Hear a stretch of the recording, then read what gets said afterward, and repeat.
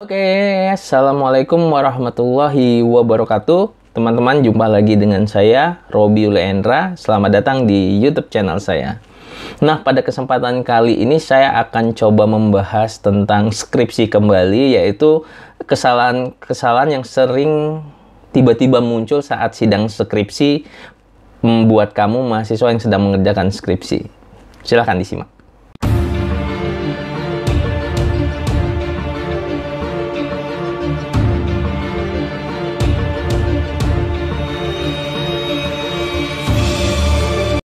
Oke, teman-teman semua, seperti yang saya jelaskan tadi, saya akan coba membahas tentang kesalahan yang sering kita temui tiba-tiba saat sidang skripsi. Dan biasanya ini tergantung dari pengujinya jeli atau enggak. Tapi sebelum masuk ke situ, jangan lupa untuk subscribe YouTube channel saya, share, like, serta komen, serta follow Instagram saya di @robiuleendra dan @skripsi.mahasiswa. Oke, teman-teman semua, ketika kita membahas tentang skripsi, tentunya bakalan agak sedikit migrain. Teman-teman yang sedang mengerjakan skripsi tentunya sangat pusing sekali, banyak hal yang bakal kita kerjakan. Kemudian ketika kalian sudah di ACC semua, di ACC dosen pembimbing, pas ujian, pas sidang skripsi, tiba-tiba ada aja ya kesalahan yang memang ditemukan secara tiba-tiba saat sidang skripsi. Tetapi ini manusiawi banget, teman-teman. Tapi kalau misalnya teman-teman sudah menonton video ini, tentunya bisa prepare lagi agar hal-hal yang saya jelaskan di dalam video ini tidak terjadi lagi saat sidang skripsi.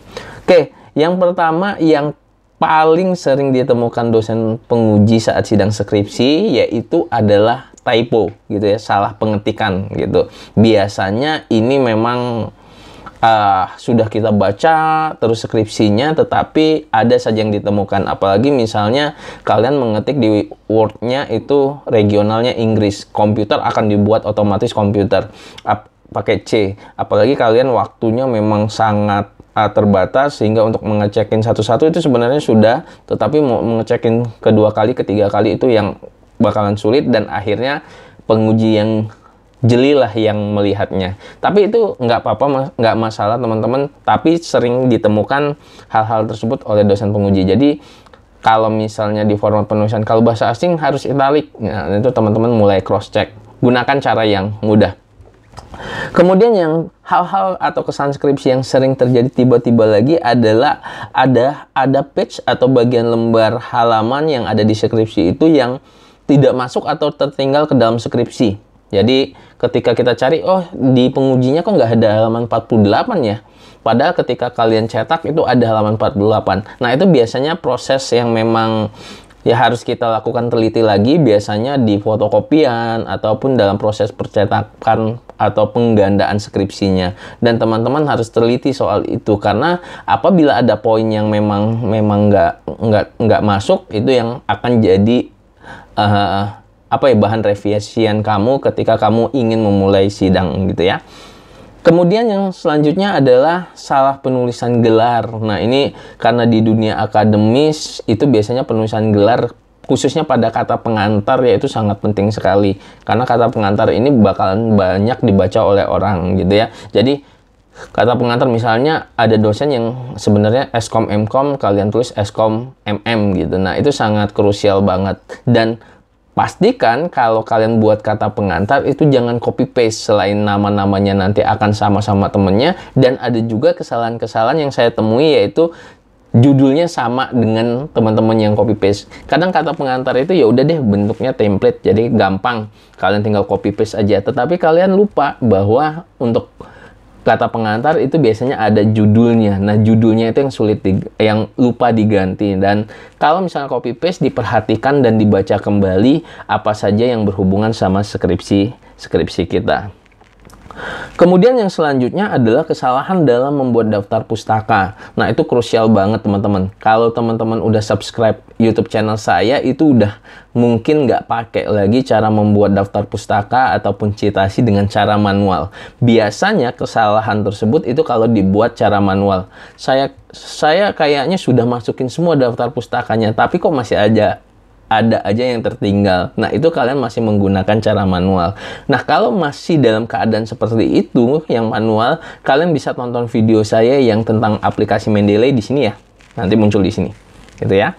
Kemudian yang selanjutnya adalah ketika dicetak jenis fontnya, kemudian settingan-settingan format skripsinya jadi berantakan. Gitu ya. Biasanya ini berpengaruh sama aplikasi Word-nya. Kalau dulu aplikasi Word 2007, kalian buka di 2010, dia nggak ada spasinya, formatnya berantakan. Nah, itu yang harus kalian perhatikan. Apalagi kalau kalian mencetaknya di rental komputer ataupun di fotokopian yang memang beda versi Word-nya. Alangkah lebih baiknya agar tidak berantakan, kalian langsung ubah ke format PDF. Tapi dengan catatan fungsinya hanya untuk cetak lagi. Kalau masih proses edit, ya tentunya PDF nggak bisa diedit segampang di Microsoft Word. Kemudian yang selanjutnya adalah halaman daftar isi yang nggak sesuai. Nah, ini sekali lagi teman-teman, kalau teman-teman menggunakan daftar isinya atau membuat daftar isi di skripsi itu dengan cara manual, tentunya kita akan merubah terus. Oh, ini bab 3 metodologi penelitian halaman berapa, kita scroll, kita lihat halamannya halaman berapa. Tetapi saran saya bagi teman-teman yang baru subscribe YouTube channel saya, di sini ada penjelasan gimana cara membuat daftar isi otomatis. Nanti saya kasih linknya juga di sini biar teman-teman nggak ketinggalan atau nggak berubah-berubah daftar isinya. Walaupun ada berubah, kita tinggal update saja tanpa harus mencari satu-satu.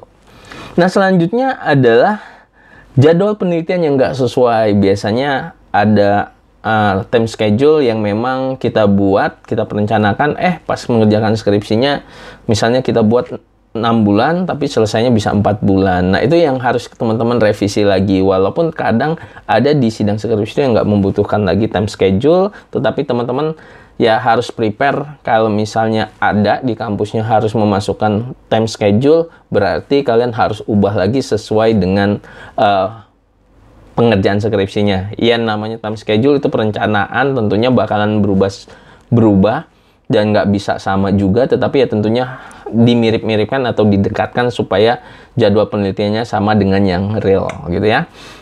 Kemudian yang selanjutnya adalah format penulisan lagi nih. Biasanya nomor halamannya itu bertukar-tukar. Di bab 1 nomornya sekian, bab 2 sekian. Dan itu kelemahan lagi ketika teman-teman menggunakan cara manual untuk pembuatan page number.